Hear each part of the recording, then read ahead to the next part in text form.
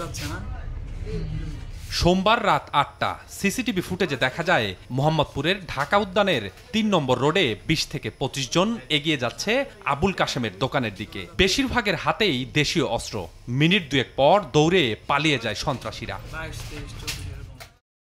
সন্ত্রাসীরা আবুল কাশেমকে ধারালো অস্ত্র দিয়ে কোপাতে গেলে তাকে বাঁচাতে এগিয়ে আসেন ছেলে বিল্লাল হোসেন বাবু। ধারালো অস্ত্রের কোপে মৃত্যু হয় বাবুর।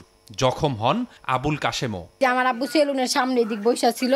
আমার আব্বুরা এলোপাথারি কয়েকজনে যে একটা নোয়া গাড়ি দিয়ে ওই রোডের মাথাতে করে নাইমা গেছে ১৫-২০ জন।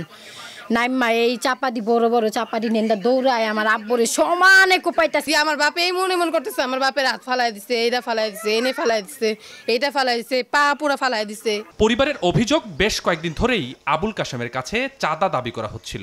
চাঁদা না দেয়ায় সবুজ, মোহন, রুবেল, সুজন, মইনুল সহ ২০ থেকে ২৫ জন হামলা করে বাবা ও ছেলের উপর। ভাই আপনি বলে আমার জামাইরে বলে কোবাবেন, কোবানের কি দেখছো, চাঁদা চাইছি না, টাকা দিলি না, এখন দেখ তোর পোলা শেষ করলাম দুনিয়াতে, তোর পোলার জামাই, এরপরেই তো কোবাইলো। মোহাম্মদপুর থানায় একটি হত্যা মামলা করেছে ভুক্তভোগী পরিবার। পুলিশ জানায় আসামিদের ধরতে কাজ করছেন তারা। চিহ্নিত কোনো সন্ত্রাসী জড়িত কিনা তাও খতিয়ে দেখা হচ্ছে।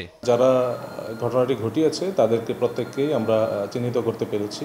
তাদেরকে ধরার জন্য আমাদের অভিযান চলমান। রাত থেকে আমাদের ৩টা টিম ঢাকার বাইরে বিভিন্ন দিকে অভিযান চালাচ্ছে।